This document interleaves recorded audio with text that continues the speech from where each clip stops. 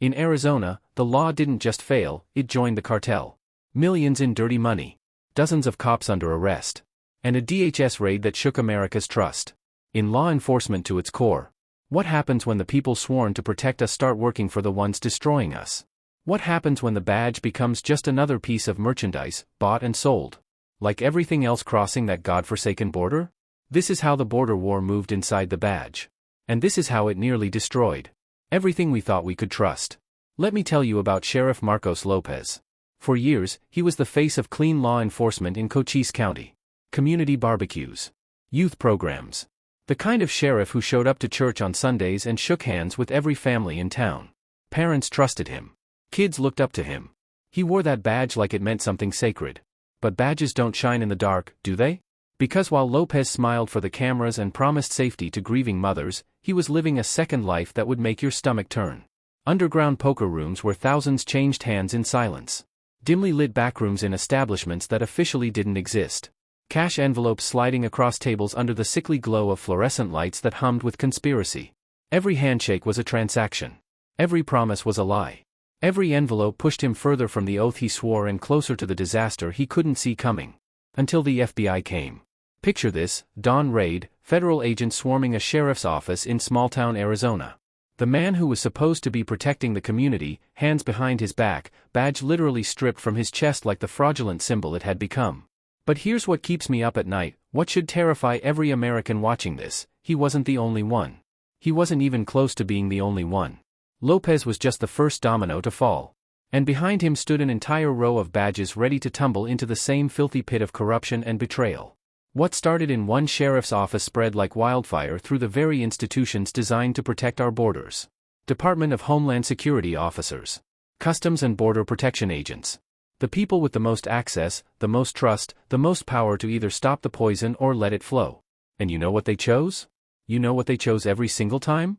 They chose the money. Let me paint you a picture of betrayal so complete it makes me sick to describe it. One DHS officer, someone trained, vetted, trusted with protecting American lives, caught smuggling cocaine in his agency vehicle. His agency vehicle. The same truck that was supposed to be stopping drugs was carrying them. The same uniform that was supposed to represent law and order was clothing a criminal who'd sold his soul for cash. And it wasn't just drugs. These officers were running a full-service corruption operation. Taking bribes to clear specific lanes at border checkpoints.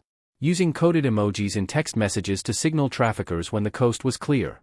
Creating windows of opportunity for poison to pour into our communities while they counted their blood money. Border secure. That's what they told us. Trust the process. That's what we heard over and over. But they weren't guarding the gate, they were opening it. They weren't protecting the border, they were auctioning it off to the highest bidder. Piece by piece, shift by shift, they were selling American safety for Mexican cartel cash. And the worst part? The absolute worst part that fills me with rage every time I think about it? This wasn't amateur hour.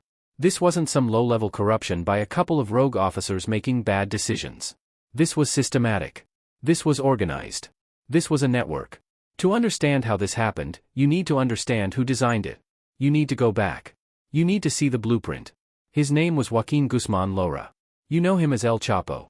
Back in the 1980s, when most Americans weren't even thinking about the border, Chapo was studying Arizona like a military strategist planning an invasion.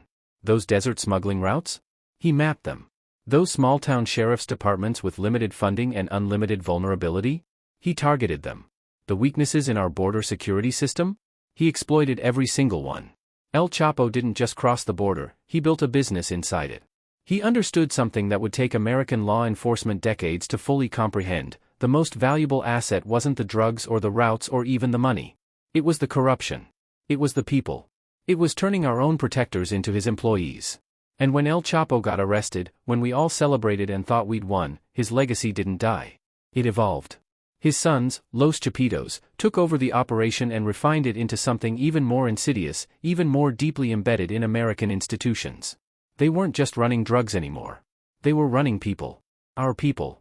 Badge-wearing, oath-taking American law enforcement officers who'd been so thoroughly compromised they might as well have been wearing cartel colors instead of their uniforms. The Sinaloa cartel turned Arizona into their personal corridor, and they did it by understanding one fundamental truth: you don't need to fight the system if you can buy it. You don't need to evade law enforcement if law enforcement is working for you. This wasn't some random corruption. This was the execution of a decades-old strategy, perfected and passed down through generations of cartel leadership. This was the fruit of seeds planted 30 years ago, now blooming into a garden of betrayal that stretched from the border to the badge. The deeper investigators dug, the more familiar faces they found. And I mean familiar. These weren't strangers. These weren't outsiders who'd infiltrated the system. These were lifers. Veterans. Officers who'd served for 20, 25, 30 years. People who'd been trusted, promoted, given more responsibility and more access because of their experience. That trust? That was their weapon. That access? That was their opportunity. Bribes disguised as charitable donations to local organizations. Cash payments laundered through family businesses. Relatives pulled into the criminal web because blood ties are harder to prosecute than professional relationships. An entire ecosystem of corruption masquerading as community involvement. They called it the Douglas Mafia. Not because they were violent, though their actions killed thousands, but because of how they operated. Silence. Loyalty. An unspoken code that protecting your partner mattered more than protecting the law. That keeping the secret was more important than keeping your oath. Picture the meetings. Officers sitting around, knowing their colleagues are dirty, saying nothing. Watching drug money change hands, looking the other way. Seeing corruption spread like cancer through their department and choosing silence over service. When loyalty to your partner becomes stronger than loyalty to the law, justice dies quietly. And it died so quietly in Arizona that most Americans never even heard the death rattle. Internal affairs investigations that went nowhere. Whistleblowers who were reassigned, demoted, or forced out entirely. A culture so toxic that doing the right thing became career suicide while doing the wrong thing came with bonuses, protection, and a brotherhood of corruption that spanned multiple agencies. You want to know what betrayal looks like?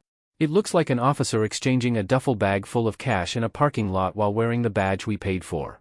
It looks like a supervisor approving overtime for officers he knows are meeting with cartel representatives.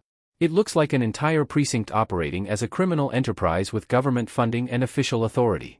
This wasn't a few bad apples. This was a systematically rotten orchard where the good apples were either removed or turned rotten themselves just to survive. Then, Homeland Security struck back. And when they struck with the full force of federal fury that had been building for years. They called it Operation Deep Clean, and the name wasn't subtle. This was about purging the infection that had spread through law enforcement like a disease. This was about restoring something that had been lost, the basic expectation that the people protecting us aren't also destroying us. Multi-agency task forces. FBI. DEA. DHS. ATF. Every acronym in federal law enforcement coordinating in ways they rarely do, all focused on one goal, hunting the hunters who'd become the hunted. They deployed technology that made the old corruption networks obsolete overnight. AI-powered lane scanning systems at border checkpoints that tracked patterns even human observers missed. Financial forensics that followed money trails through shell companies and family accounts with surgical precision. Digital surveillance that turned the cartel's communication methods against them. The raids were coordinated with military precision. Pre-dawn strikes across Arizona. Officers arriving at their own precincts to find federal agents waiting with warrants. Homes searched. Bank accounts frozen. Careers ended before the sun came up. Picture the command center, walls covered with photographs, connection maps showing how deep the corruption ran, evidence charts that read like a conspiracy thriller except every word was documented fact. Federal agents working around the clock, following leads that branched into more leads, unraveling a network that had taken decades to build. They hunted the hunters. And for once, the system fought for itself instead of eating itself alive. The results? Staggering. Millions in cash seized from officers who made $60,000 a year on paper but somehow owned multiple properties and drove luxury vehicles. Dozens of arrests spanning multiple agencies and jurisdictions. Evidence so overwhelming that even the best defense attorneys couldn't spin their way out of conviction. But Operation Deep Clean wasn't just about arrests. It was about sending a message that echoed through every law enforcement agency in the Southwest: the free ride is over. The protection is gone. And if you're dirty, we're coming for you next. Reform programs were implemented. New vetting procedures for border agents. Increased psychological evaluations. Random polygraph testing. Financial disclosure requirements that would make hiding dirty money nearly impossible. Whistleblower protections that actually meant something instead of being career suicide. For the first time in years, there was hope. Not naive hope. Not blind trust. But the hard-won hope that comes from seeing justice actually served, from watching the corrupt actually face consequences, from witnessing the system prove it could still correct itself when pushed hard enough. But let's bring this back to ground zero. Let's remember what all of this was really about.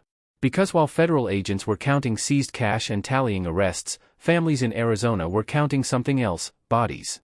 3 fentanyl deaths per day in a single state. 3 families destroyed every single day. 3 sets of parents getting calls they'll never recover from. 3 funerals.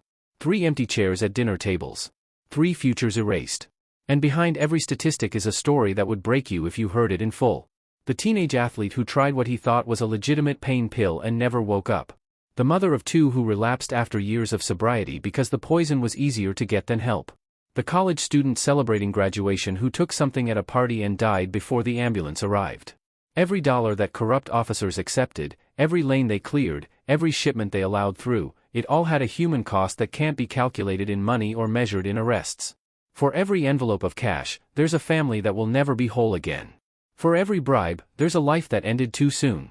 For every corrupt badge, there's a community that lost faith in the institutions designed to protect it. I think about the parents who called 911 expecting help and got officers who were part of the problem. I think about the communities that trusted their local sheriff while he was literally working for the people poisoning their children. I think about the betrayal, not just of law, but of basic human decency. You want a visual metaphor for what happened in Arizona? Picture this: a single badge placed solemnly on a coffin. That badge that was supposed to protect the person in that coffin. That badge that failed. That badge that was sold. That badge that became complicit in the death it should have prevented. Now zoom out. Aerial view of the desert border, stretching endlessly in both directions. Miles and miles of terrain where this same betrayal played out in countless variations. Where corruption became normalized. Where protecting the border became secondary to profiting from its porousness. For every dollar seized in Operation Deep Clean, there's a life that can't be replaced. There's a child who will grow up without a parent. There's a parent who will bury a child. There's a wound in the social fabric that will take generations to heal, if it ever does. This is the human cost of corruption. This is what happens when the badge gets sold. This is the price we all pay when the people sworn to protect us decide the money is more important than the mission. Let me tell you what this was really about, because it wasn't just about drugs or money or even corruption in the traditional sense. This was about the soul of the badge. This was about whether that symbol, that piece of metal we give to men and women and trust them to uphold, whether it still means anything. Whether honor is a real thing or just a word we use in ceremonies. Whether protect and serve is a mission or just a slogan that looks good on the side of a patrol car. And the answer in Arizona was devastating. For too many officers, for too long, the badge had become just another commodity. Something to be leveraged. Something to be sold. Something with a price tag that the cartels were more than happy to pay. But here's what keeps me up at night, what fills me with a rage that refuses to fade even after all these arrests and reforms: this isn't over. Operation Deep Clean caught dozens. But how many are still out there? How many officers in how many agencies across how many states are right now making the same calculations that Lopez and the others made? How many badges are currently for sale to the highest bidder? The corruption continues, though it's been weakened. It's been forced to adapt, to become more careful, to operate with more fear of consequences. But it hasn't stopped. It can't stop, not while the money is still flowing, not while the cartels are still operating, not while the fundamental incentive structure remains intact.